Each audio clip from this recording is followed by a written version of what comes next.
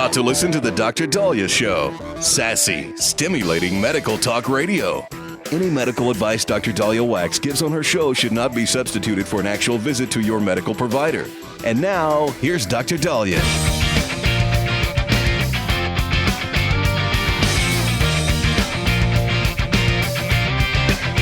All right. We are back on Dr. Dahlia Show. Thank you all for tuning in. 1-877-Dr. Dahlia, 1-877-DOCDALI. So before we start, I just want to talk a little bit about how I was really surprised. I don't get surprised a lot because I do my research and I just don't like being surprised. But last night, I was just blown away and amazed at what I anticipated at the Dallas Cowboy Raiders game last night that either did or didn't happen. And I just wanted to kind of share that with you because I talk to a lot of my friends who say, I'm not going to go to an NFL game. It's too crowded. It's too expensive. The Raiders fans are going to beat me up. None of that happened. In fact, the Raiders fans were some of the coolest people. So I was a little nervous because, I'm obviously Dallas Cowboy fans. I've always been. And Dallas Cowboys finally came to Las Vegas. I think it's been years. I think this was their first game here in Las Vegas since Allegiant Stadium opened. And so for Dallas Cowboys to play the Raiders in my, home state, and I know I do support the Raiders. I got my Raiders nails and all that, but Dallas is my home team. So I had a Dallas Cowboys shirt, but I wanted to keep it hidden. And I wore black. I wear black a lot. So I'm like, okay, well, I don't want to tick anybody off. We park at one of the hotels. We start walking over there, and all I see are Dallas Cowboy fans. I'm like, okay, well, maybe, all the Raiders are at the tailgates, and and all I keep seeing is Dallas Cowboy fans. And I think the stadium held about 65 to 70,000 people. I think there was maybe 65,000 people there last night. And the majority of them were Dallas Cowboy fans. In fact, when, Geno Smith and, when the Raiders got sacked and other issues were happening, the roars from the crowd, you almost thought you were at a Dallas home game. Now, it's not that the Raiders are unpopular. What, my son told me is people have been waiting, just like us, to get tickets. And Dallas Cowboy fans, and Vegas has, almost 2 million people? You can bet there's easily tens of thousands of Dallas Cowboy fans, not to mention people coming from California and Phoenix and all that. And so people have been waiting for Dallas for so long that I think they sucked up a lot of the tickets such that our Raiders fans, and we have tons of them, just, couldn't be as represented. And it was interesting because when they had the jumbo cam, they kept showing the same people. And they were dressed up and they looked good. But the problem is it was just all you saw was blue and white throughout the stands. I'll post pictures later where they really had a tough time trying to find non-Raiders or Raiders fans in the crowd. There was just so many. Now, and still, Raiders fans were there, and they dressed up, and they looked cool. They looked really, really cool, and they were so nice. But I even noticed in the bathroom, I'm standing in line, the Dallas Cowboy people peed quicker. I noticed that. I didn't want to insult any Raiders fans, but, some women are like, oh, gosh, there's a line. I go, no, but they're mostly Dallas people. They pee fast. So I don't understand why Dallas Cowboy people pee faster. Maybe it's because they're so used to, the games and I don't know, the picks that happen. And, I don't want to miss a touchdown if we actually get one. But Dallas ended up winning 33-16, which also amazed me. But also, shout out to Allegiant Stadium for really having the security. I've been to college games at Allegiant Stadium, and the waits and the lines have been ridiculous. But with this, we practically walk right in, and we are behind thousands of people coming in. Security was down. You had to have, I don't have my purse. It had to be like a clear purse. I had that ready to go. And it was fast. No lines. I was blown away. Then another thing that really shocked me was the food prices. I was expecting I was going to have to drop a couple $100s in food and drinks. And it wasn't that bad. A burger was $17.99, but I got to tell you, it was a good burger. And then we later found a stand where the hot dogs were like $2.99. I didn't know they were selling $2.99 hot dogs. That's pretty cheap. You haven't seen those prices since the 80s. And so, a lot of people think that these games are really unapproachable because of the crowds, because of, them being I mean, there was a guy in a Packers jersey. Nobody bothered him. Nobody, this conception people have now. I almost didn't go because the tickets were too expensive. If it wasn't for my son having a contact who actually got us tickets, like just gave us tickets, we were really, really lucky for that. And I told him take him to dinner, do something because that was great. I wouldn't have gone. The ticket prices were just way too expensive. For nosebleed seats, the nosebleeds were $275 a pop. Now, for an NFL game, that's still a good price. But if you want, like the seats where we were at, they were, $600-700 seats. Thank God we didn't, have to pay that. And so I was really surprised that you had 65,000 people there that had that kind of money to spend on. I mean, the seats were not cheap at all. There were, and I understand some people are season ticket holders and and I'm sure many of them bought them resale. And there were scalpers out there and things like that. But wow, I was, it was pretty expensive. So we were really lucky because, we got to go for free, which is why I guess I was very pleasantly surprised with the food prices because I was totally expecting to drop a lot more money. And then Nellie was in the house. Nellie was our halftime show entertainment. Oh my gosh, he's awesome. He's 51 years old. You just kind of forget, but he was fantastic. Just the whole experience is fantastic. If you haven't gone to an NFL game, you need to go.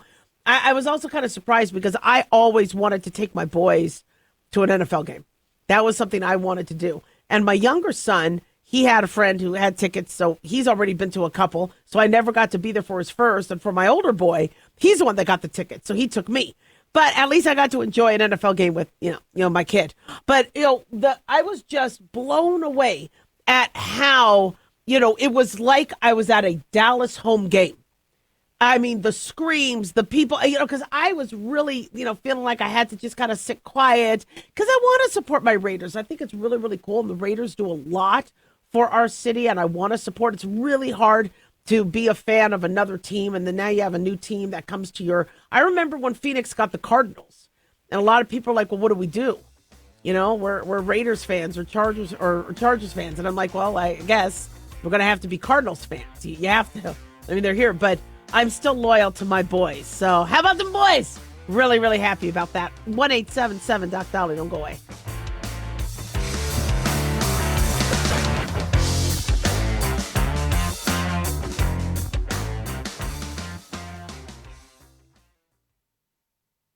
Hey guys, it's Dr. Dahlia. Fantasy football season is coming, but sadly, too many of you are taking the bench while the country takes part in one of the most exciting and lucrative industries out there. Don't know how to play? Well, huddle up and listen. Paul Kalikas and I have written a fantasy football pocket guide for beginners.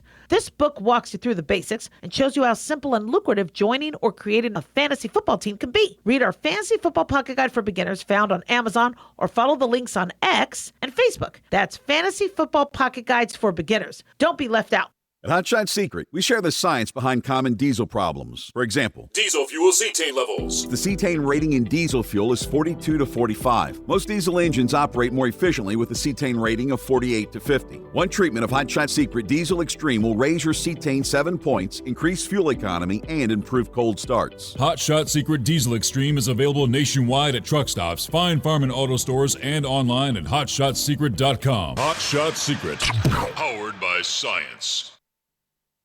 Have you ever thought you'd like to buy and sell houses but didn't know how or where to get the money? My name is Ron LeGrand, and over the past 40 years, I've bought over 3,000 houses without using my money or credit and taught thousands to do the same. Today, even in a virtual environment, we buy nice houses in nice neighborhoods using no banks, realtors, contractors, or other costly entanglements, and build huge cash flow and wealth without the hassle of tenants, all without credit and little or no money. You don't need a license or experience, and I'll show you exactly how it's done. Text FREE to 99799, and I'll send you my free training.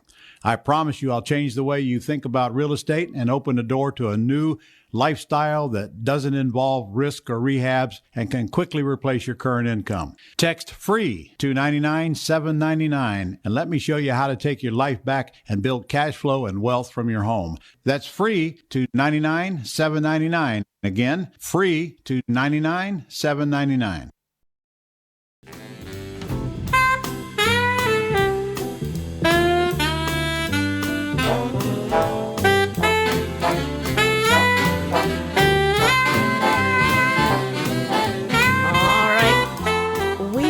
the Dr. Dahlia Show. Thank you all for tuning in. 1-877-Dr. Dolly, 1-877-DOCDALI. Big thanks to Talk Media Network for making the show happen. Big thanks to Daniel, our producer, and big thanks to y'all for tuning in. We really do appreciate it. Don't forget to follow us on Twitter at Dr. Dahlia, Facebook, The Dr. Dahlia Show, and on YouTube. Click like and subscribe. So, this is long overdue, and I am really excited about this, but RFK Jr. is trying to, I guess, speed up and refocus a lot of our attention to why we have so many food allergies and what is going on with our kids. And growing up, you know, we had Skippy peanut butter, peanut butter. We had Goober grape, where it was a mix of peanut butter and jelly. And I remember my mom was like, well, this is easier, but it didn't taste as good. I mean, it didn't taste as tasty as having the Smucker's jelly separate than the Peter Pan peanut butter, but it was cheaper, you know, for her to buy. And then there was Goober strawberry, and I like strawberry better than grape. But I mean, everybody and their mother was eating peanut butter and jelly sandwiches. And now you can't even go on a plane and even bring anything peanutty because somebody could be allergic. And these allergies are deadly. Remember, there was that girl who, after school, she was a teenager, hung out with a friend after school, grabbed a couple Chips Ahoy cookies, and it looked like it was the chewy Chips Ahoy red package. Well, they have a peanut butter Chips Ahoy that was just a little different shade of red. And she didn't pick up on the difference, ends up going into full-blown anaphylaxis and dies. So parents are scared. What happened to us? You know, why did we start becoming, you know, I look at, you know, being Monday morning quarterback with all this, and I'm looking and going, what are we doing to ourselves? And are we going to, you know, accelerate our extinction? And I really do believe humans are going to become extinct with the way we're acting, with the way we're trying to take care of ourselves, with the way we're, you know, now our attitudes towards child care and you know, multiplying. This is, you know, interacting, having love robots and being in love with our avatars instead of other people. I mean, we will eventually, you know, with our overdosing and all that, we could very easily, you know, make ourselves a population that isn't strong enough to withstand new superbugs and other, you know. People are asking me for antibiotics left and right, you know, and they have flu. And I'm like, but we don't do that. We use flu medicine. Like, I don't care. I feel better with an antibiotic. When our antibiotics don't work, we're in trouble. So these food allergies are killing our kids. And RFK Jr. wants to figure out why. One thing we've been doing with some success is introducing young babies to some of these foods. I know it's kind of scary for parents. But you know, if you could do it in a controlled setting with an allergist there, et cetera, there's ways to ensure that, you know, you could have a fairly, you know, because you don't get allergic the first time you try it. It's the subsequent times. So you want to know if your body is going to react, and your anaphylaxis is your body reacting with natural immune cells, but overreacting to the point where you can't breathe. You can't, you know, you vasoconstrict, you bronchoconstrict, you because the body is trying to protect you from more of the allergen, but while it's protecting you, it's killing you. And it's a very, very scary time. Now, scientists think that, well, maybe we have a rise in peanut allergies because we're not exposing kids during early childhood. The issue with that, though, is even though we're having success introducing them, we didn't really give babies peanut butter in the olden days either. It's you know, there's got to be more to it. And so RFK Jr. wants to challenge that and go, can we look a little further? You know, because, yeah, it does help to do the early exposure, but is that the reason why we have all these food allergies? Where parents come into a restaurant and say, my kid can't eat this, and this. Why not? What's wrong with your child? What happened to your child? Is it that you didn't give him soy and ginger and celery and shellfish as a baby. Most babies don't get that anyway. So R.F. Kennedy Jr. says 5 of his children have allergies, one of whom has a severe peanut allergy that led to 22 emergency room visits by the age of 2. He says, my house was so filled with peanut butter, and I was eating peanut butter for 2 meals a day, and my wife was eating peanut butter when pregnant. So he said, to me, that's not a convincing hypothesis that this child wasn't introduced to it. So he thinks maybe it's our pesticides. Maybe it's aluminum and vaccines. And so they are going to conduct research into food allergies and its causes. Now, I know some doctors would say, but wait a second. Okay, what's this idea of aluminum and vaccines? Why would that cause you to be allergic to peanuts? Well, one thing we've noticed is you could have cross-reactivity where we could inadvertently prime your immune system and make it more hyper. And so if there's something that wakes up the sleeping giant, such as a heavy metal or toxin or something like that, that could then, make us more allergic or cause us to have autoimmune issues. Or so I think it should be looked at. Do I blame vaccines for all our food allergies? No. But the theory keeps coming up because when people ask, what are we doing different with our kids and babies that we didn't do in the 50s and the 40s and the 30s? Why do we have all these problems in the 90s, 2000s, 2010s? What's different? Well, a big major difference is kids are getting a lot more vaccines than they used to. Most childhood vaccines didn't come out until the 60s. And it was just a couple at the time. So it is worth looking at especially if we're looking at an immune system issue. Now, I am very pro-vaccine. I am very grateful for our vaccine protocol. I don't ever want to see polio come back.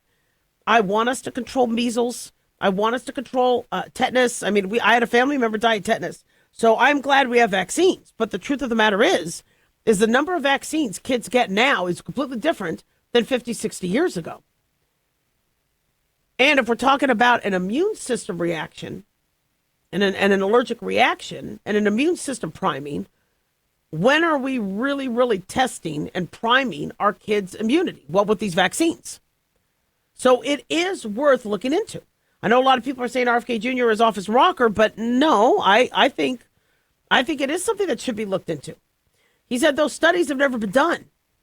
We're going to do them now, and we will identify what's causing these allergies. Now, do I think vaccines are causing peanut allergies? I don't per se. But like I said, are the plethora of vaccines affecting a child's immunity and or immune reaction to an allergen? Now, for those of us with family members that do have food allergies, it's scary stuff. And aluminum is used in vaccines as an adjuvant. It helps boost the immune response to the vaccine. Sometimes the component that we're giving, the live attenuated virus or the viral particles or the bacterial particles that are supposed to be non-infectious, sometimes that's just not enough to mount an immune system. So they use these adjuvants to kind of wake up the immune system. In fact, some of the flu vaccines for seniors have adjuvants to kind of wake things up. And so, is it that aluminum, which is very, very prevalent in plant, soil, water, according to USA Today, it's in seasonings, flours, cereals, beer, wine, dairy products, baby formulas, honey, food and drinks. Even though aluminum in vaccines is very, very tiny, are we looking at aluminum overload? Are we looking at fluoride overload? Somebody has to look at this. And I know people want to be anti-RFK Jr., but listen, in science, this is exactly what we're supposed to do. Now, he's not a doctor, but scientists and doctors always have to go, look, guys, let's just make sure we're not doing something wrong. And then let's provide guidance to people.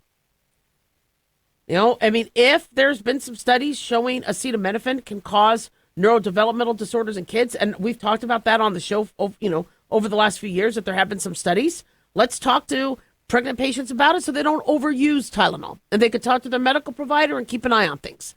Why is autism on the rise? Is it because of all the aluminum exposure? What does this aluminum do? We take for granted all the plastic. I still drink water out of a plastic bottle. I buy tons of plastic bottles. They're on sale. It's because I don't have time to wash out my bottle at home. And, all this plastic exposure, is that doing something to us? So somebody should look at it. 1-877-DOC-DOLLY.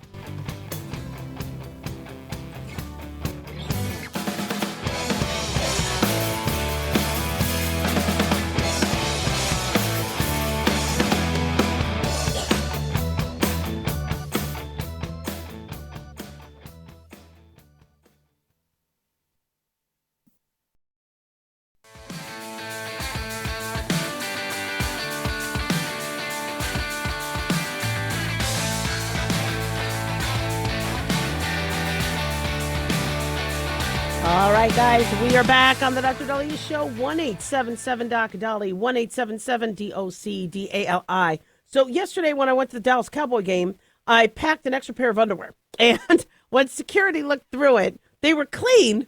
But I'm like, look, it just, if Dallas scores, I don't want to jump up and pee. And, we spoke about, I never had to use them. And it was great. Dallas did good, 33-16 yesterday. But overactive bladder, we spoke about the other day. This is no joke. And not only women get affected by it, but men too. Well, I am so grateful for our next guest, which, by the way, I think are the most gorgeous couple on the planet. We have former professional quarterback Rodney Peete and exquisite actress Holly Robinson Peete are here today to speak out about a condition that millions struggle with. So glad you guys are here. Rodney, Holly, thanks for joining us. Thank you.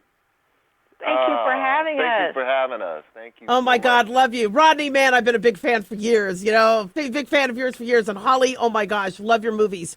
So, Rodney, we're going to start with you. You look at you, speaking out about overactive bladder. Talk to us about what inspired you. Because 33 million Americans suffer with this, and pretty brave that you're coming out there to talk about this.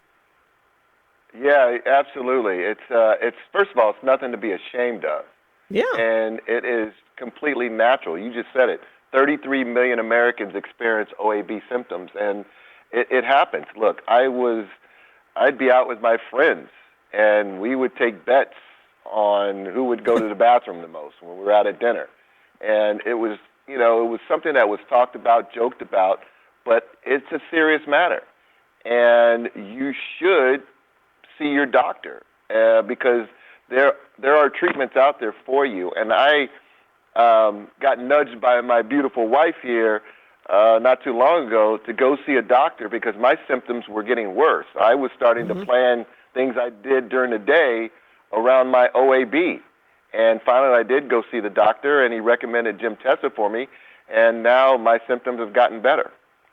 Absolutely. And you played for the Trojans, Dallas Cowboys. I mean, you've been through a lot, and learning about this, it was probably not easy. Talk to us about what that experience was like. No, it's not easy. First of all, it's not easy getting old, and you chalk it up sometimes to just getting old, and then you throw on top of that being a football player that had played as long as I did. There are many injuries and many things health-wise that you go through, whether it be head injuries, whether it be knee injuries like I had. I tore both my Achilles, and it took me a while to just kind of come to grips with retirement and figuring out how do I improve my quality of life. And Holly was the one that told me that I needed to get a knee replacement because I was walking like a cowboy, and my knee I was bone on bone.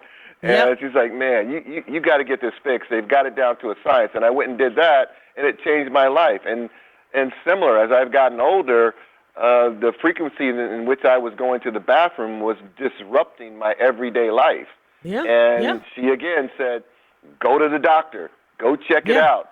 And I did, and it was one of the best things I did.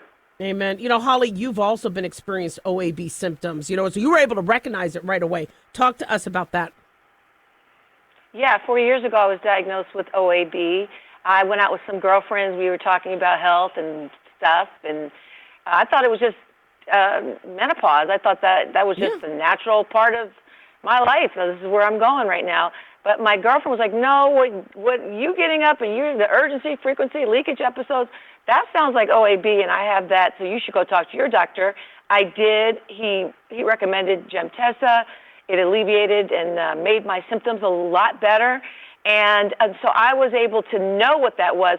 So then to look up and see Rodney experiencing it, I kind of knew, and I was like, you need to go talk to a doctor.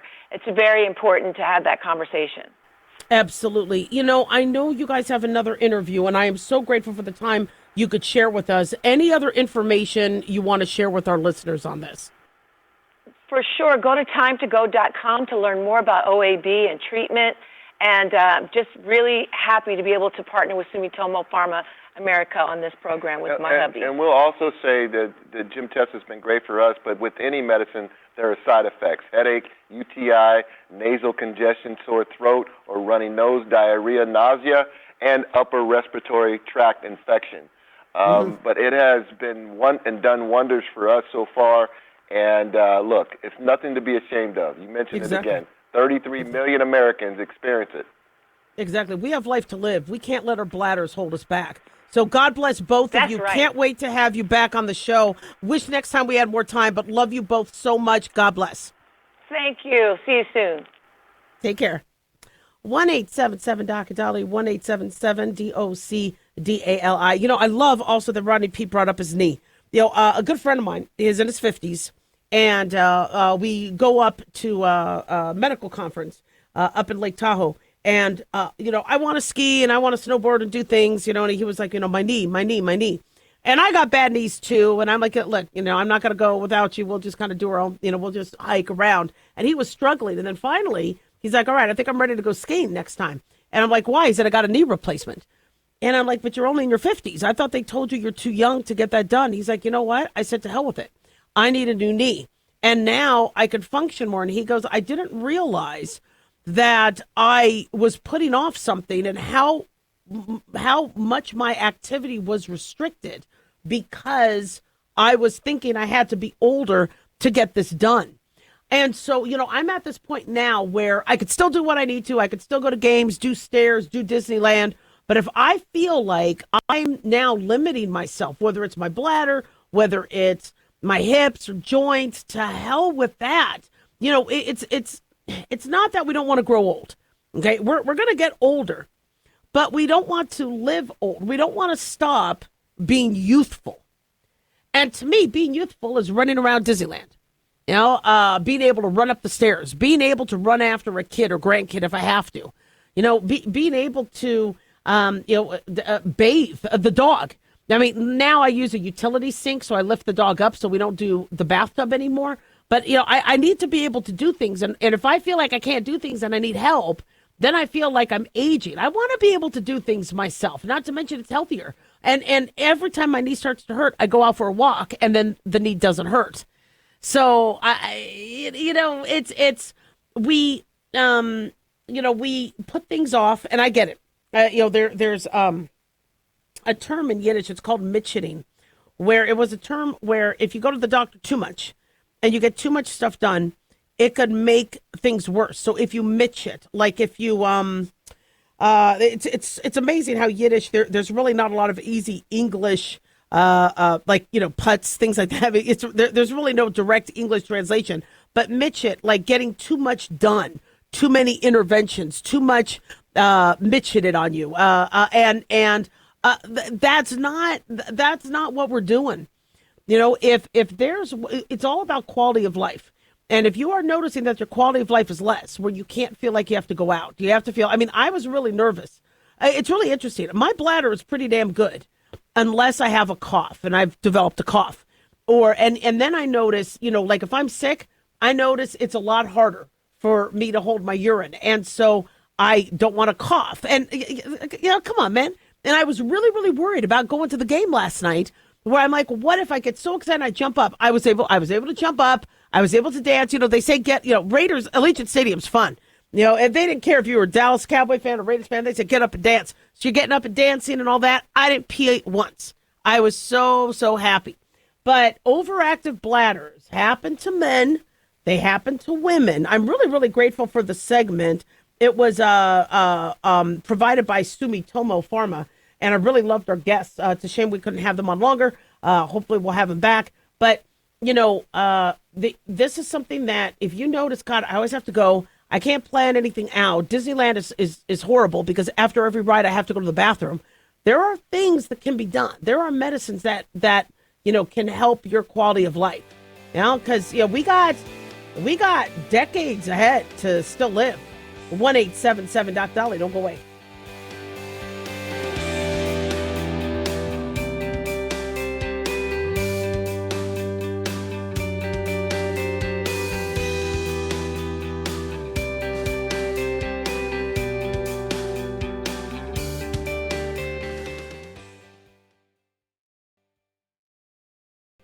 Dr. Dahlia here. Are you tired, burned out, gaining weight, succumbing to the daily pressures of life? Well, how's your dopamine doing? How you feel right now, how you'll feel an hour from now, and how you'll feel next week is completely reliant on your dopamine. Our daily motivation and willingness to push through challenges depends on the intricate chemical process dopamine provides. Christian Kalikas and I created Deploying Dopamine, a book that tells you what dopamine is, when it dysfunctions, and how to successfully deploy it when needed. Find Deploying Dopamine on Amazon today. Check it out. Lisa Wolf here to tell you about our newest website for old-time radio lovers. It's 100radioshows.com. At this site, there are 5 old-time radio shows waiting for you to download free as our gift to you. And be sure to browse the additional 700 old-time radio shows available to you for 70% off by using the promo code RADIO at checkout. This is a limited-time offer, so log on to 100radioshows.com. That's 100radioshows.com.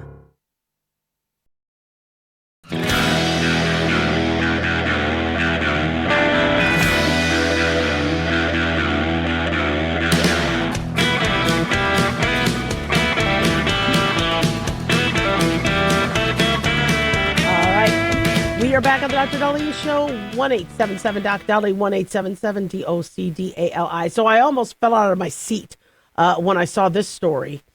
Apparently, there are some experts out of Australia saying if you need to change your baby's diaper, you need to ask for consent.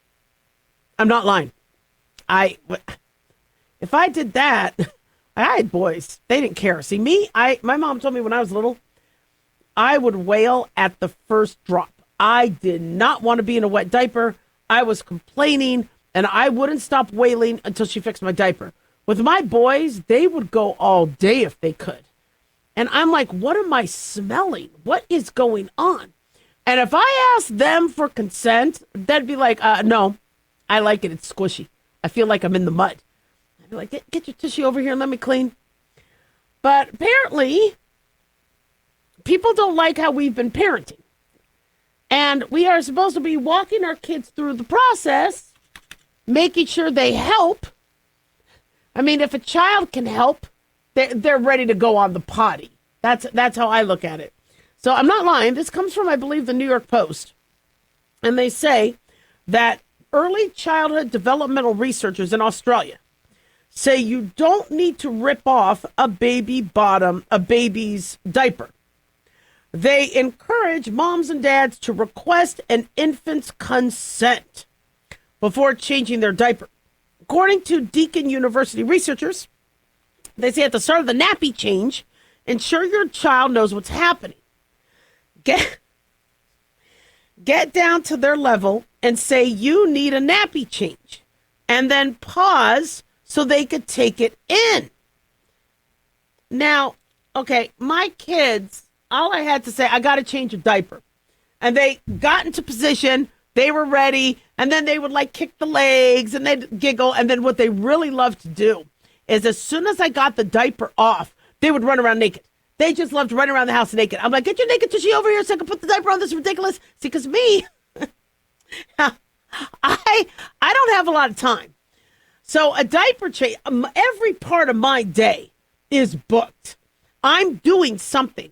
So a diaper change is very unpredictable. It's not, there's no set time, which means I start to smell it. And I never wanted my kids to get those bad diaper rashes. I don't want them sitting in acidic urine. I don't want I don't want the skin breakdown. I don't want the yeast infections, candida infections, a diaper. So we would do pretty, I never said, oh, it could wait. I don't care how absorbent these diapers were. I'm like, we're going to change it now. And so my kids, they love running around naked. And I'm like, look, I'm in the middle of something. And so I'm in a phone call or I'm dealing with a patient. Now I got to change your diaper? Come on, man. And so, and then they'd run around naked and I think it was funny and then be all giggling. And it's because boys have an interesting sense of humor. Yeah. And I'm like, can I put the diaper on now, please? Yeah. And also boys potty train later on average than girls.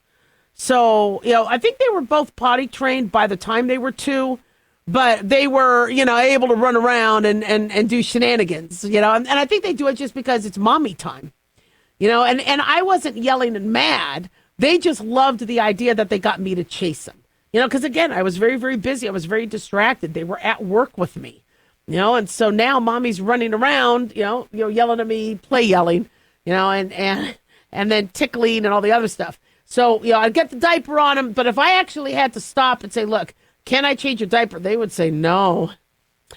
No. I mean, they had attitudes back then just to kind of mess with me because they liked the response. They liked the attention. And they wouldn't get in trouble. And I'm like, you need clean tushy. They loved bubble bath time. They really loved bubble bath time. In fact, it's interesting. So my kid, we had stairs in our very first house.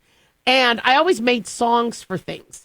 So when my oldest boy was, I don't know, maybe 6 months, 8 months or whatever, I didn't realize that he already knew what that song was. Because, the song was, I'm going to make your tushy clean. We're going to make a tushy clean. We're going to make a tushy clean. We need to scrub that tushy clean. Okay, so anyway, that was like our bubble bath song. Scrub, scrub, scrub, scrub, scrub.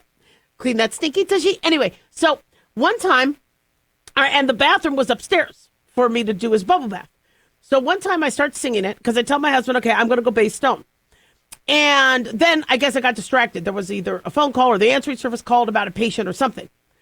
So I finish and I turn around and my son is already up the stairs by himself, crawling up the stairs because I had started to sing the We're Going to Make It Till She Clean song. Right? And he knew whether that was consent or not. He's like, I'm going upstairs.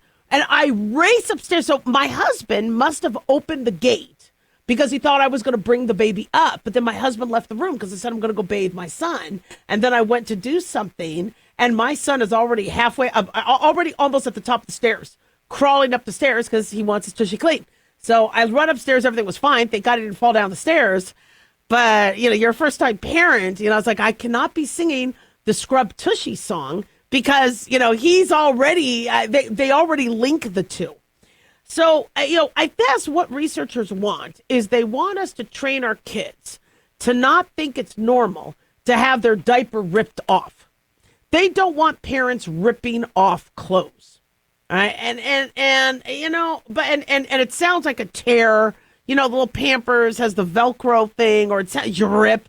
I like that because then it tells the family, I'm out of commission for the next 5-10 minutes because there's a diaper. And my husband could tell at the speed and at the depth of the sound if it was going to be a poo-poo diaper or a pee-pee diaper. Pee-pee diaper is quick to change. I just wipe off the urine. But a poo-poo diaper with my boys, oh my gosh. I mean, you need a hose. So my husband could tell how long based on the sound I made with the diaper. And then, of course, I would, add commentary while I was doing it. Go, oh my gosh, look at all this poop. This is ridiculous. There's poop all over the place. And then, they want to run around with poop and tushy, and it was a mess.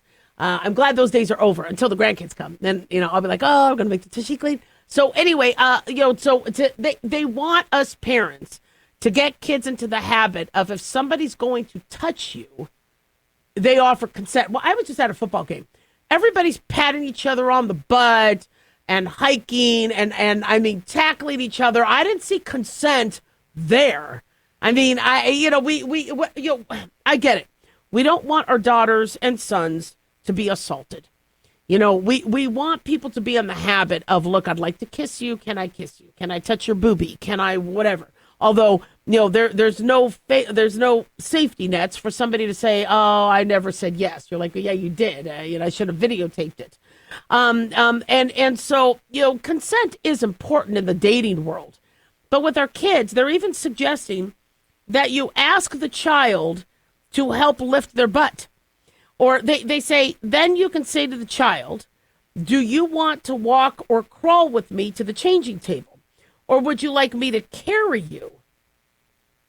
They say, observe their facial expressions and body language to check if they understand what is happening.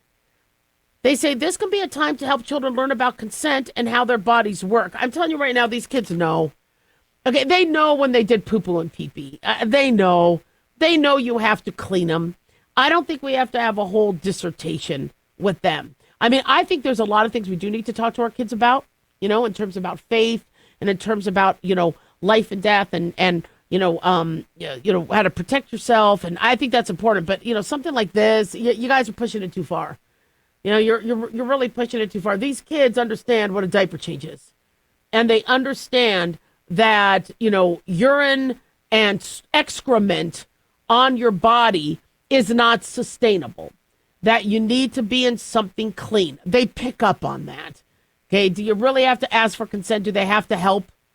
Now, what I will take from this is, for those of you having trouble potty training your kids, have them more engaged in the diaper process, because then when they realize it's such a pain in the ass, they might be like, you know what, I think I'll sit on the potty. 1-877 Doc Dolly, don't go away.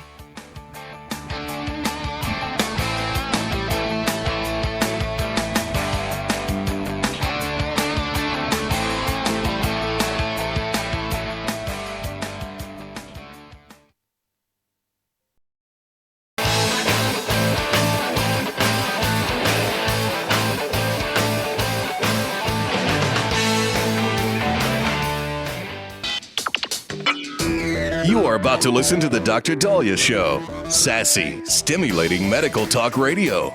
Any medical advice Dr. Dahlia Wax gives on her show should not be substituted for an actual visit to your medical provider. And now, here's Dr. Dahlia.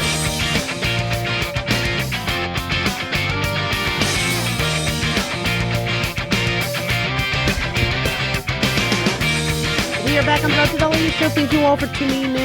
1-877 Dr. Dolly, 1-877 DOCDALI. So I like to watch very, very closely the charitable organizations and how they do, to me, is an indicator of the economy. A big one. And I remember hearing from charities of how bad things were during the Great Recession during 2009 to 2015. I know Wikipedia changed it to 2008 to 2009, and then it ended. But people were suffering throughout the first term, at least into the second term of Obama's years, not so much because of all the Obama policies, but just recessions happen every 10, 20 years. And it was a bad one. And I look at what's going on, and, they talk about how we're probably going into a recession in this Trump administration. I am seeing the signs. I think on one end, the economy is better than it was under Biden, but we're seeing different things, where we had to pay employees more post-COVID, and you can't take down their pay, so you fire them. A lot of companies are firing staff to save money now because they're paying too much in labor. And then they're racking up costs to the customer to help pay for the extra staff and all the extra costs. Now that things are costly, now more things cost, and so it's getting ridiculous, the prices of things. Gas prices are going down, egg prices are going down, stock market's still strong, except for the last couple days.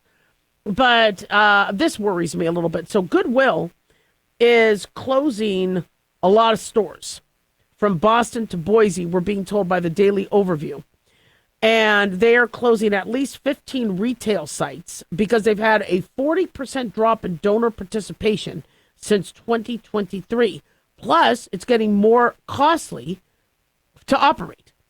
So closures span from Boston to Boise, representing the largest wave of store shutdowns in Goodwill's 120-year history. CEO Stephen Preston emphasized the necessity of these actions to maintain long-term sustainability, noting that contributions have not kept pace with inflation-driven expenses. Rent is going up. My studio rent. I'm very, very grateful, but I rent a room in an office building.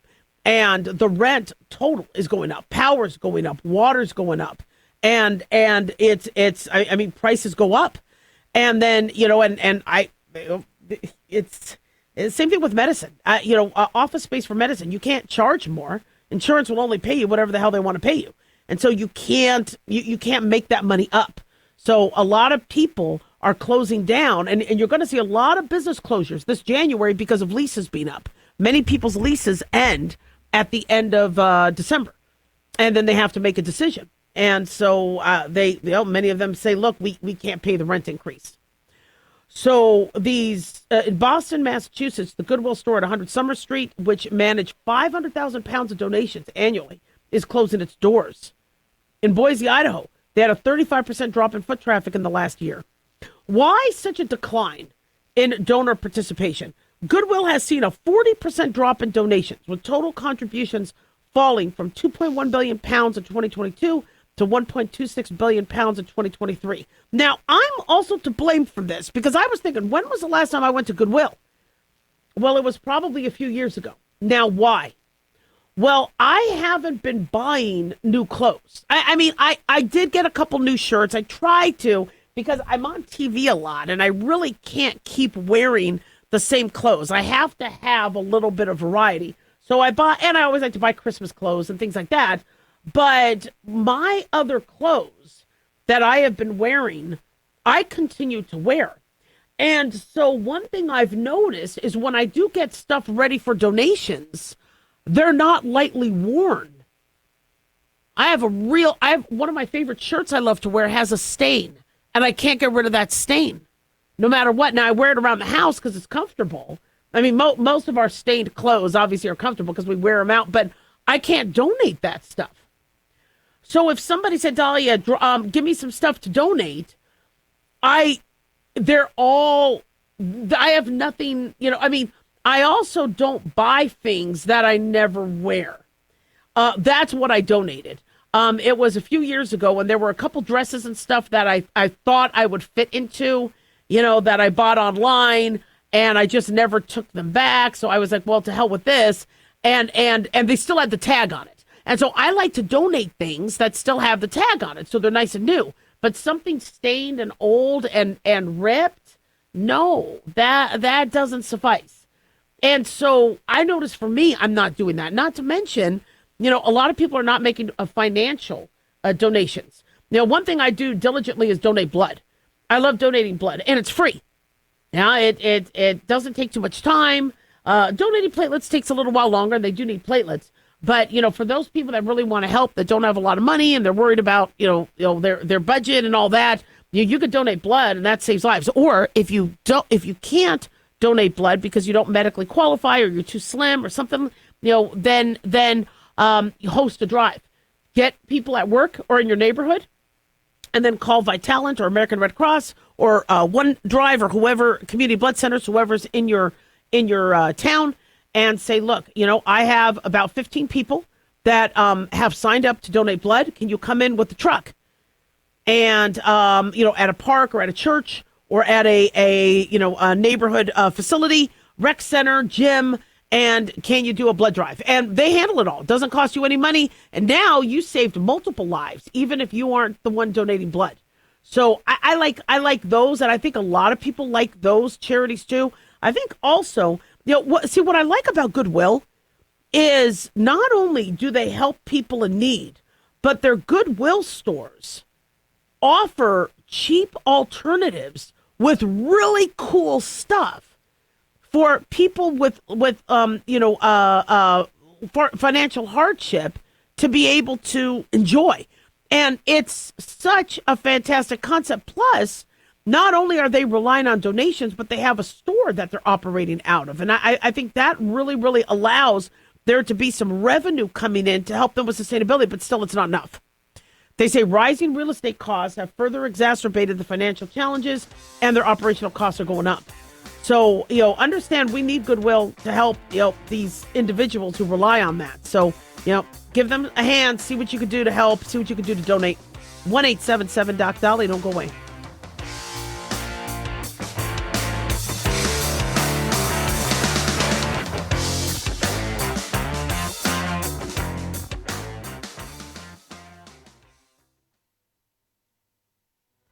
guys, Dr. Dahlia here. Addictions can sneak up on us and come in many forms. Whether it's drugs, alcohol, sex, video games, porn, or something less obvious such as food, internet, or shopping, addiction can seem innocent at first and then evolve into an insurmountable evil. In our book, Addiction Basics, Caitlin Kalikas and I dive into the common addictions and provide tips for identifying and preventing these before they sneak in and take over our lives. Addiction Basics can be found on Amazon or my website, drdahlia.com. Check it out.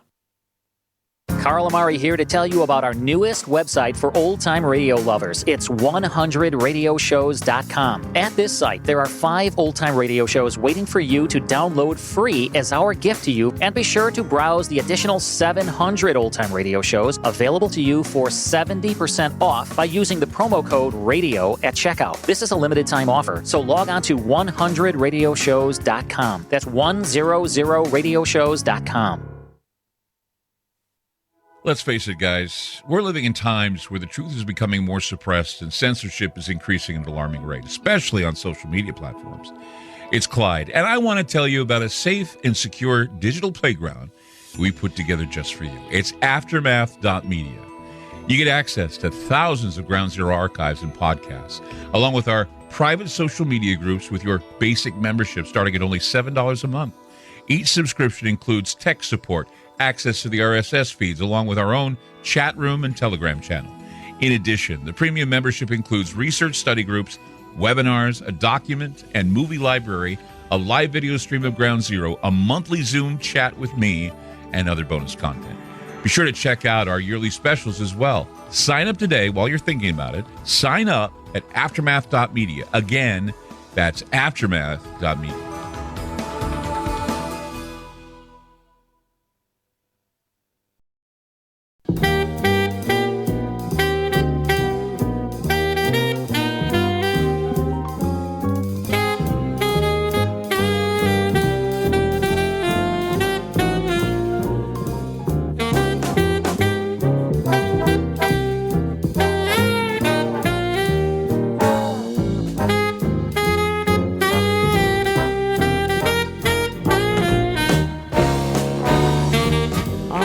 We are back on the Dr. Dahlia Show, 1-877-DOC-DALI, 1-877-DOC-DALI. Big thanks to Talk Media Network for making the show happen. Big thanks to Daniel, our producer, and big thanks to y'all for tuning in. We really do appreciate it. Don't forget to follow us on Twitter or X at Dr. Dahlia, Facebook, The Dr. Dahlia Show, and on YouTube, click like and subscribe.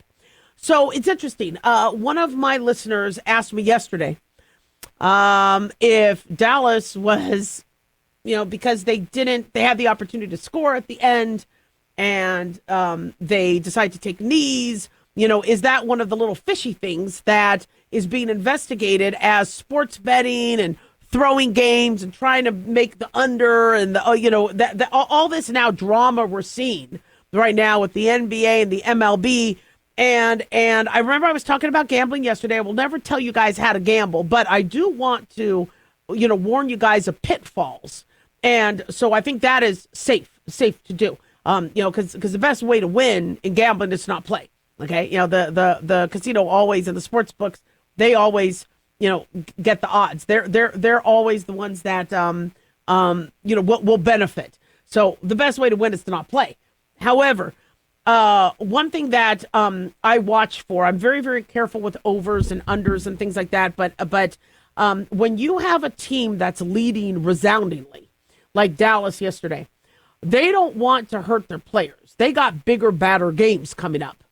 So if you think, well, they're going to make the spread. A lot of people were ticked that they didn't make the spread. I think the before game, the pregame odds were 3.5 for Dallas to lead, which they easily did, and then I think the over under was 49.5 or something like that.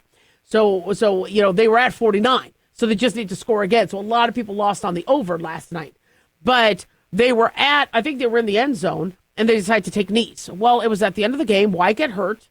Why lose the ball? Taking the knee is a very popular play, and it's safe when you're ahead. So they're going to wind down the clock and take knees, or the victory formation, like they call in college football. So if you're ever looking at sports and you're doing mid-sport game, sport gambling, you're like, wow, look at this. They're ahead.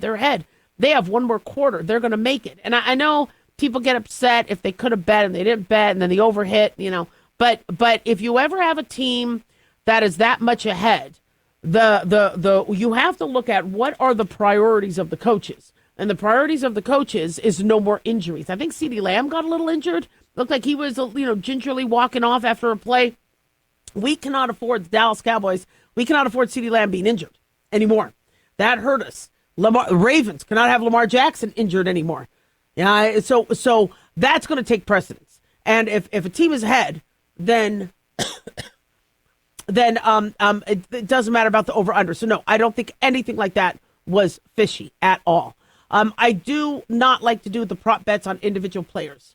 I think I like the team as a whole. Usually if a player's out, a lot of times a team can make that stuff up. So I don't do those prop bets, especially now since there is a lot of room, in NBA and all that, where somebody could have an injury and then all of a sudden they're not playing. So I know, but for some of you, that's your thing. One thing I would say to never ever do with gambling is come up with a budget and then gamble all the way to that budget. You should never say, well, I'm just going to do $100 or I'm just going to do $20, because you always like to either let it ride or impulse. I like to tip bet. Like if I play blackjack, I like to include the tip, or I like to tip the play. I notice I do better on those. And so you might have just enough for another hand, but you want to win and you want to tip, so then you go back into your wallet. So what I recommend you do is if your budget is 100, just plan on doing 50. This way you get that little wiggle room, because unfortunately people keep going back in their pocket. They keep going back in their pocket. Never try to recoup what you lost. When you lose, there is probably a 95% chance you're going to lose again. So if you're like, damn, I'm losing on the over, I'm going to then bet again. The over changed, or it's okay. I did black 17. I think it's going to hit now because it's been 8, revolutions. I'm going to get it's going to hit this time. Never go into I'm going to recoup my losses. Some people do, but 95% of people don't. So don't do that. Never drink. If you gamble, don't drink. I mean, people love, especially us young people. I used to, and I know that sounds geeky, but I would go and play bingo. Okay?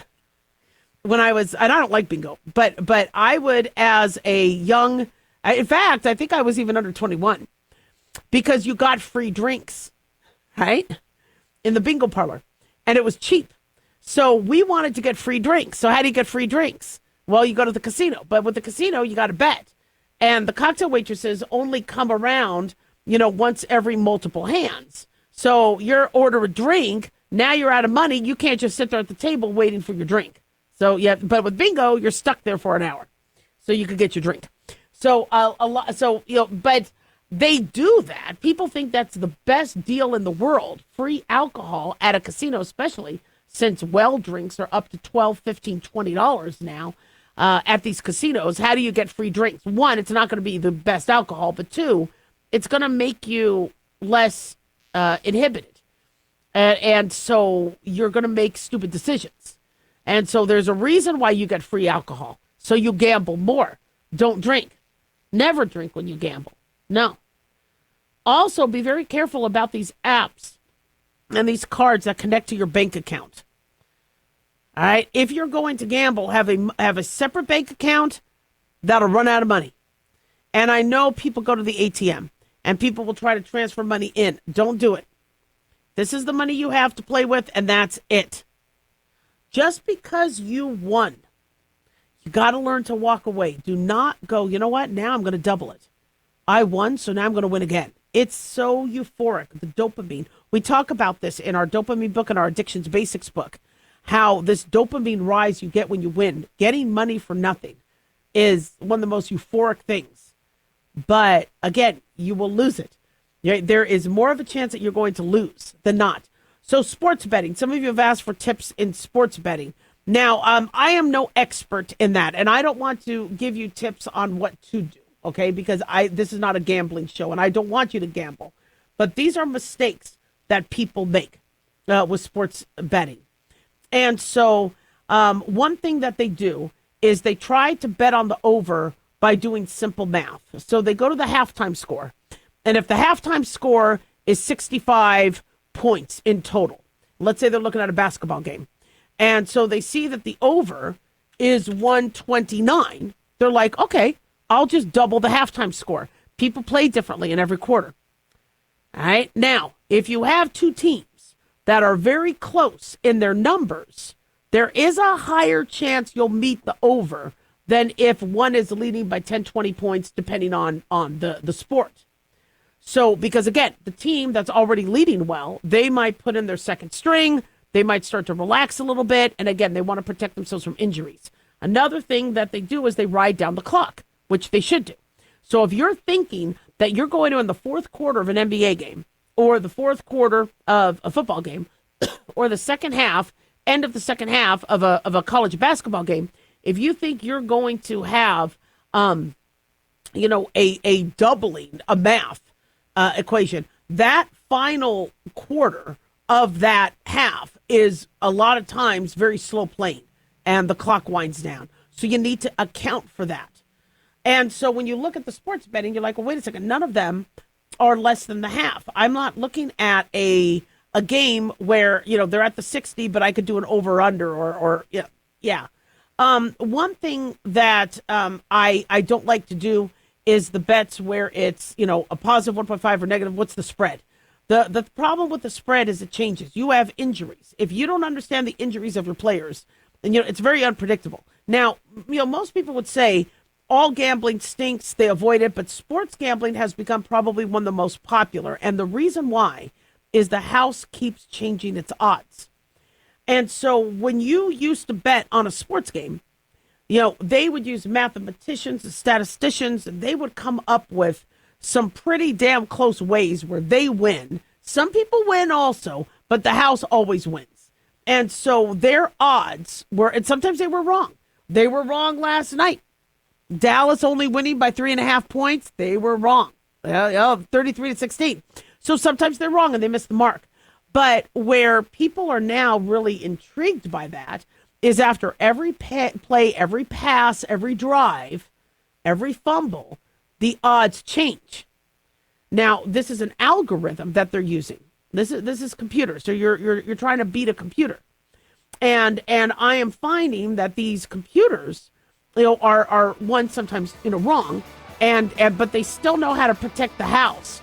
So people think, wait a second, now that the odds are changing, I could jump on this because there's chaos. It's not chaos. It's all planned. So, like I said, if you want to win at gambling, don't play. 1-877-Doc-Dolly. Don't go away.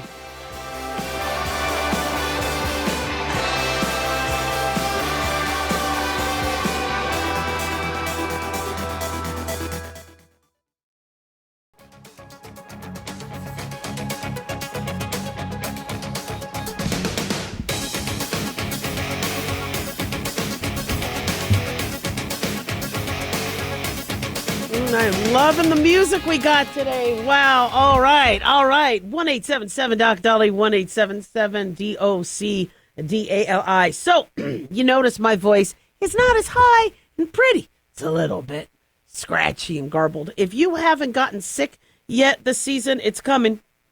I got to tell you, this cold that's going around, it's a bad one. I was at the game yesterday, and everybody was coughing and spewing, and it was not a pretty sight. And so what has been circulating is it starts out as a sore throat and then a very bad sore throat. Then that seems to go away in a couple days. And then your nose runs. I mean, we're talking it runs. And it just runs for days. You could get pretty dehydrated. I don't know where the body comes up with all the fluid to make that nose run. My recommendation is when your nose runs to stand in the shower and just let it run. Don't try to suck it up. Let the body get that virus out. If you think your skin is going to start to tear and get inflamed, yes, you are going to want to control the symptoms. But try to let, that stuff run out. Because I got to tell you, it's the virus is a bad one. And then it goes into a cough. And then the cough can last, weeks. Now, this is a virus. People are... always going, well, I think it's a bronchitis. I think it's a pneumonia. Well, so here's the thing. You'll still get checked out for that, but 97% of bronchitis are viral. All right. I know a lot of us took Z-Paks and antibiotics, and it seems to make people feel better. But we're noticing with this cold, whether you take an antibiotic or not, it still goes through the waves. And the reason why this is a virus, and we believe it's a virus, is because if you have, let's say, strep throat, like a bacterial infection, streptococcal infection of the throat, the main star is the throat. You're not going to also have a cough. I mean, you might get some body aches and headache and stuff, but the sore throat is the main star because that's where the bacteria are growing and setting up shop. If you're having a bacterial sinus infection, then the bacteria set up shop in one of your cavities and it grows. And yeah, they can move among cavities, but it is brewing and full of pus. And if you have a bacterial pneumonia, you get a lobe of the lung or part of the lung that starts to, the bacteria propagate and divide and multiply, and then it consumes the lobe of the lung. Yes, it can spread to other lobes, but it's very localized, a lot of the bacterial infections, until it doesn't get localized and it starts to spread. Whereas viruses oftentimes will start out as a sore throat or runny nose. Then you get the other symptoms like throat or cough, etc. You might get some diarrhea. You might get some vomiting. So, you usually don't get all those symptoms. There's not just one star of the show. There's like encore performances, depending on which, is it your nose today? Is it your throat today? Is it your cough? And so if you test for COVID using your old expired freebie government test, it's going to be negative. And so many doctors are, is this COVID or not? Well, if the tests are not, necessarily picking it up as easily as we need it to, it's hard to say. Now, some people will say, well, with COVID, you lose your taste and smell. Not the latest strains. That was maybe true back in 2020, but you're not necessarily, you could have COVID and still be able to taste and smell.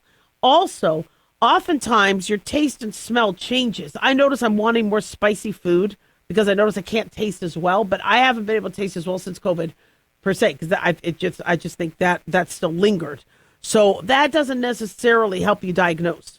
Many people say, well, then this is the flu. If I'm negative at home for COVID, then I have the flu. Well, usually with flu, it hits you hard. It hits you suddenly.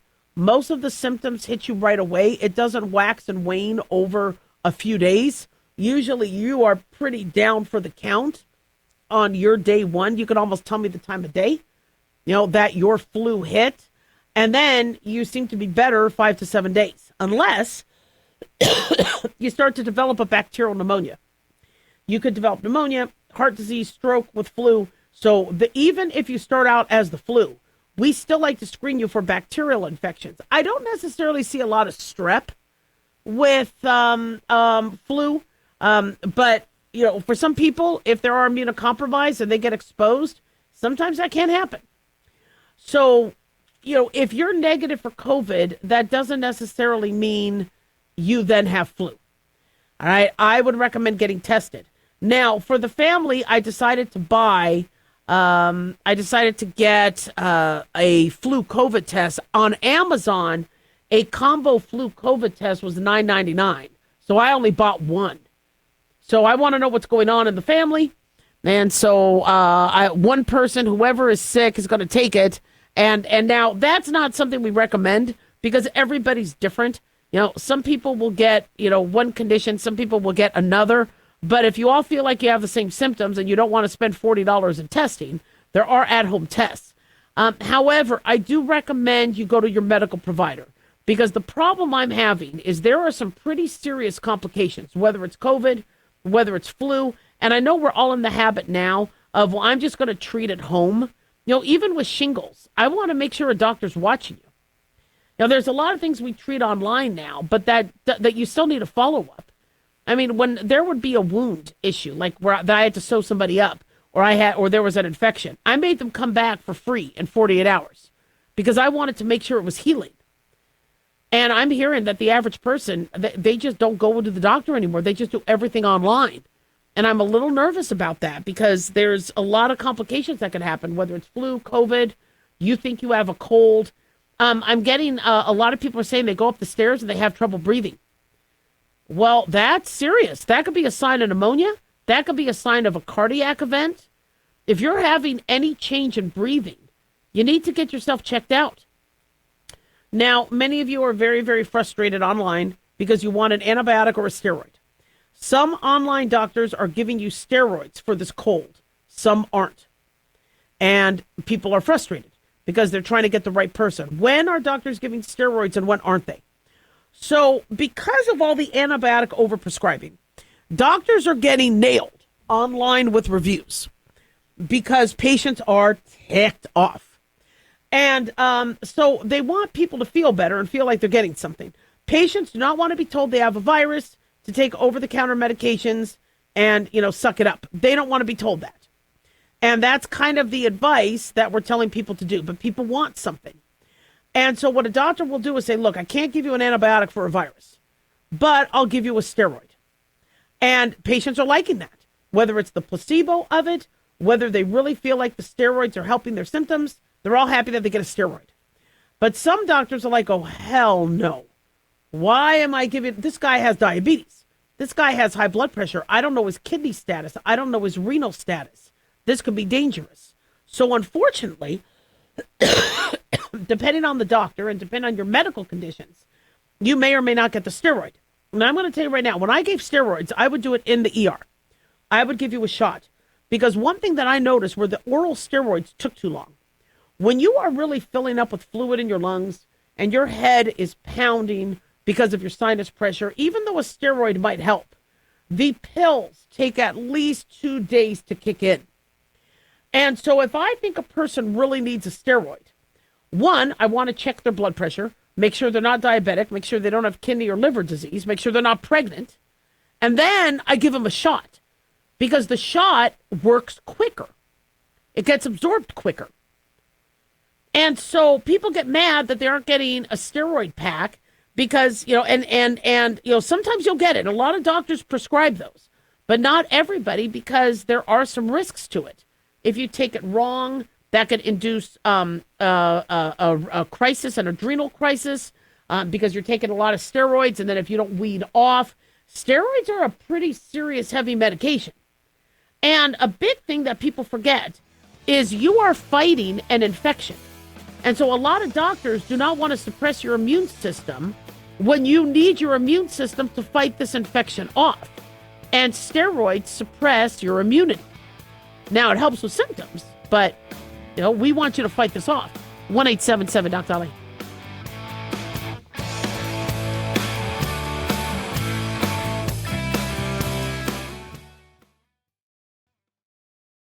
Carl Amari here to tell you about our newest website for old-time radio lovers. It's 100radioshows.com. At this site, there are 5 old-time radio shows waiting for you to download free as our gift to you, and be sure to browse the additional 700 old-time radio shows available to you for 70% off by using the promo code RADIO at checkout. This is a limited-time offer, so log on to 100radioshows.com. That's 100radioshows.com.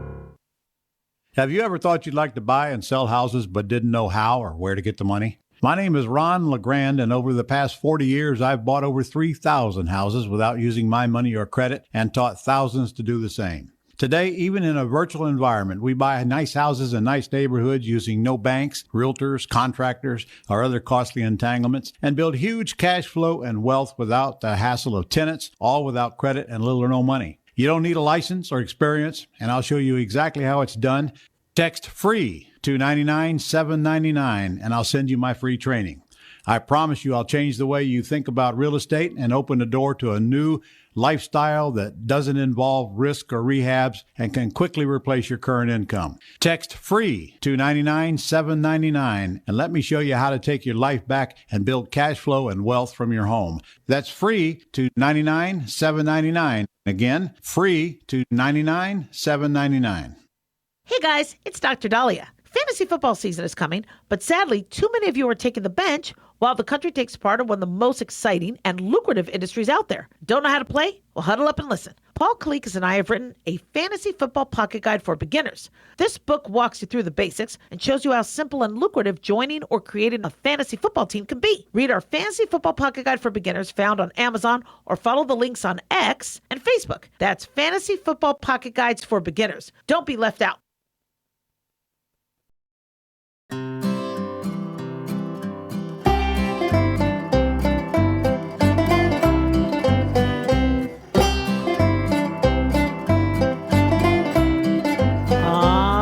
We are back on the Dr. Dahlia Show. Thank you all for tuning in. 1-877-DOC-DALI, 1-877-DOCDALI. So I don't talk about this a lot because I'm really confused by the whole situation. So the Epstein files, I don't talk about those a lot because I really don't know what the hell is going on. I'm very confused by this whole thing. The Biden administration had the Epstein files, yet much of them weren't released. And we know that they were not a fan of Trump. We know that they didn't want Trump to beat Kamala Harris. So if there was something on Trump in these Epstein files, I'm sure that it would have been all over the place. And so I'm a little confused now that the Democrats are blaming the Trump administration on not being transparent about the Epstein files. I don't think there's anything incriminating on Trump. The problem is you've got this piece of work who's now dead, Jeffrey Epstein, who apparently was able to hobnob with the richest of the rich. And he organized and took part in a disgusting childhood traffic sex ring. And Ghislaine Maxwell, his, I guess, girlfriend, or business partner in all this, has been arrested helping the feds, is in a kind of a high-profile prison where she gets to exercise and do things and doesn't, I don't think she's doing hard labor. But we, are seeing a lot more interesting tidbits where Jeffrey Epstein was coaching one of the Democratic senators or Democratic congresspeople during the hearings years ago before he died or before he got arrested. And, I'm really kind of confused by who was more involved with him. And my assumption is everybody was involved with Jeffrey Epstein, but not everybody went to this island or utilized his sex trafficking ring. Some people did. And so when Pam Bondi got into office saying, look, I have them, they're on my desk, I'm going to release them. Then it was a kind of a letdown when we found out not everything was released. So there's been a lot of pressure now with the House to finally release the Epstein files. Now, Speaker Mike Johnson did say that, yes, they are going to vote. The House is going to vote today on that. But he said the problem with the bill is there are poor protections for the victims and other innocent people whose names may be released against their own wishes. So he said there could be up to 1,000 people in there that might not want their name released who were victims of this. Now, you had some individuals that came out. Virginia Guffrey, who now is dead by suicide. I mean, you had people come out and people look at what happened with Virginia going, I don't want this to be me. I mean, if it was a suicide or if it wasn't a suicide, that scares people. And so you have a lot of victims that are like, look, I know I wanted to help out, but I don't want my name released. And Speaker Mike Johnson said the way this bill was presented, there's not enough protections. The problem is if the Republicans vote against it, it looks like they're trying to hide something. So he said he's going to vote for it, but there's concerns that innocent people's names could be released without their own wishes. And the vote is expected to happen in the next 10 minutes. The legislation is a bipartisan product from Representatives Ro Khanna from California and Tom Massey from Kentucky. Now, Massey has been a frequent critic of both Johnson and President Donald Trump about, claiming that there was a lack of transparency on these. But the Biden administration had these files. So yell at the Biden administration for not releasing them. Why is it now on Trump? But they will be released. The other thing, too, that is very, very confusing is Jeffrey Epstein, I think, had a plane, right? You guys might know more about this than I do. And he took a lot of his bigwigs on his plane. Now, I don't know what favors everybody got. Did some get sexual favors going to this island or his home or whatever?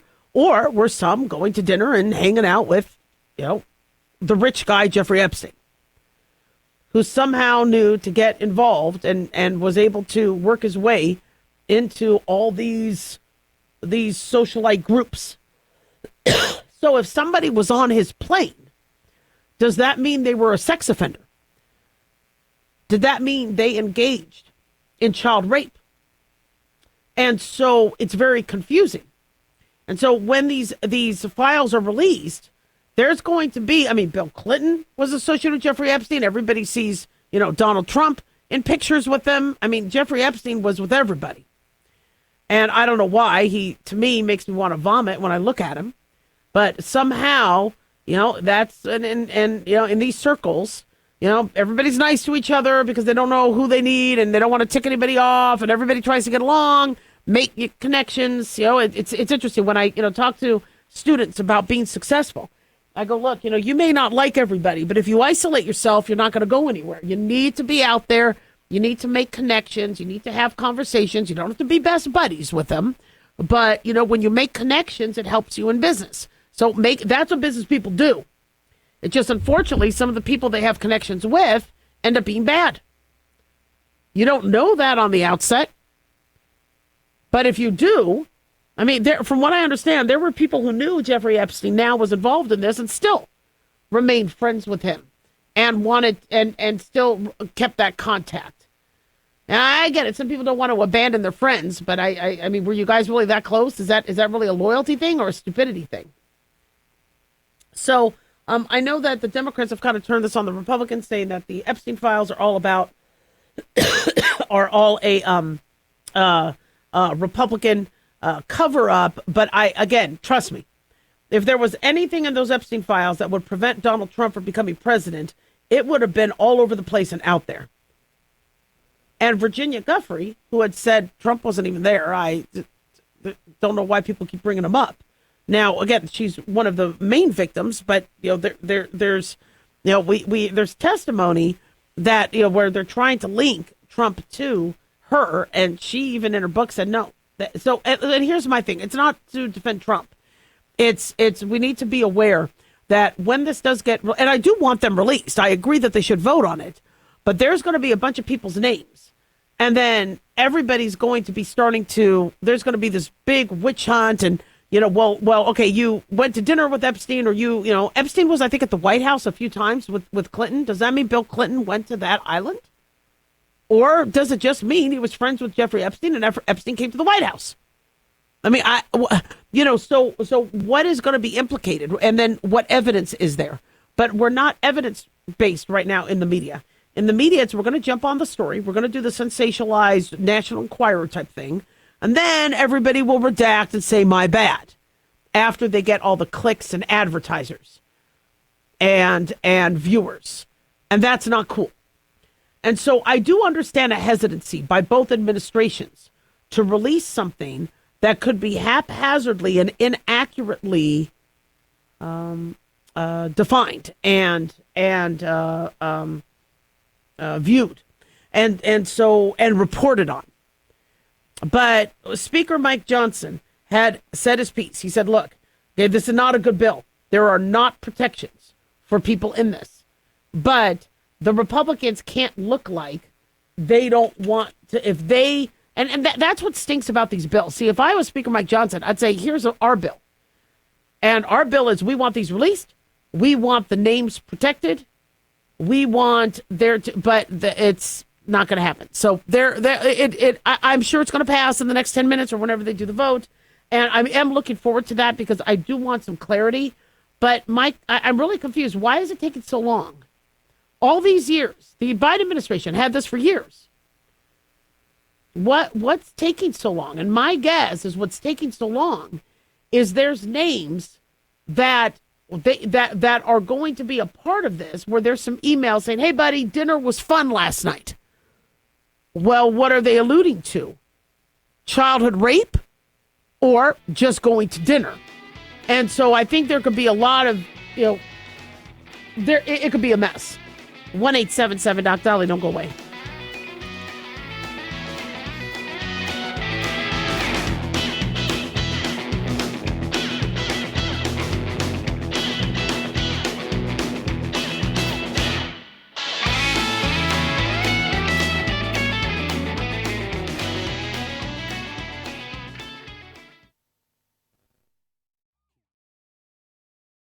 Hey guys, it's Dr. Dahlia. Fantasy football season is coming, but sadly, too many of you are taking the bench while the country takes part in one of the most exciting and lucrative industries out there. Don't know how to play? Well, huddle up and listen. Paul Kalikas and I have written a fantasy football pocket guide for beginners. This book walks you through the basics and shows you how simple and lucrative joining or creating a fantasy football team can be. Read our fantasy football pocket guide for beginners found on Amazon or follow the links on X and Facebook. That's Fantasy Football Pocket Guides for Beginners. Don't be left out.